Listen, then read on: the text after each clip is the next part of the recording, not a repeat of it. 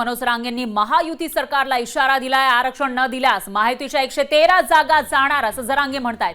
देवेंद्र फडणवीस हा विचित्र माणूस आहे असं म्हणत मनोज रांगे पाटील यांनी पुन्हा एकदा उपमुख्यमंत्री फडणवीस यांच्यावर निशाणा साधलेला आहे। तर फडणवीस षड्यंत्र करून आंदोलन मोडून काढतात असं जरांगे म्हणाले।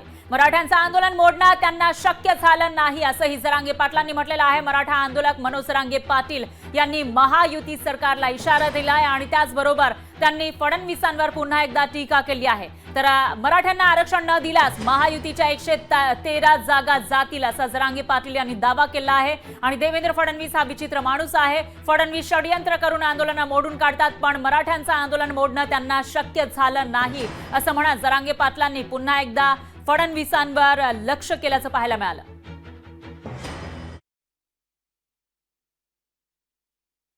इतका चाभरा माणूस चालता चालता मोडीतो कोणाचा खेळ। धनगरांच्या लेकराचं कल्याण झालं असतं, एसटीतून आरक्षण मिळालं असतं त्यांना सुविधा मिळाल्या असत्या। मोडून टाकलं आंदोलन, 0 मिनिटात मोडीतो आंदोलन। त्याला फक्त हेच आंदोलन मोडलं नाही हे आमचं, कारण आम्ही इकत नाहीत, फुटत बी नाहीत आणि मॅनेज होत नाही। मला माझा समाज मोठा आहे। देवेंद्र फडणवीस साहेब, तुमचं एकही षड्यंत्र मी आयुष्यात यशस्वी होऊ देणार। तुम्ही जेलला बी टाकलं, मी जेलला गेलो भावनिक लाट येऊन पडलं, तू कवा बी घे निवडणूक, 15 वर्षांनी घे, 20 वर्षांनी घे, किती ढकल। तुम्ही आरक्षण नाही दिलं की देवेंद्र फडणवीस गेला म्हणून समजायचं। 113 आमदाराचा भोगाच देवेंद्र फडणवीस फक्त असले चाळे करू शकतो।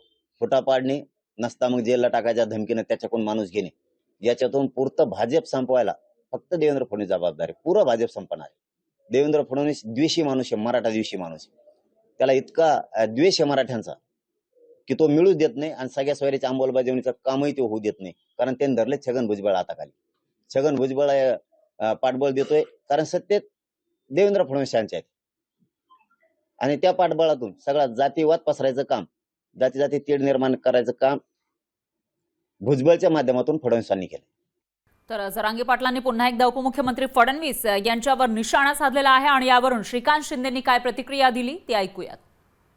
प्रत्येकाला त्यांचा जो काही निर्णय असेल की ते उभे करणार आहेत नाही उभे करणार आहेत मला माहिती नाही, पण लोकशाहीमध्ये प्रत्येक पक्षाला असेल, संघटनेला असेल, ज्याची ज्याची इच्छा होते त्यांनी उमेदवार जे ते लोक उभे करत असतात। आता ते काय निर्णय घेतात बघूया।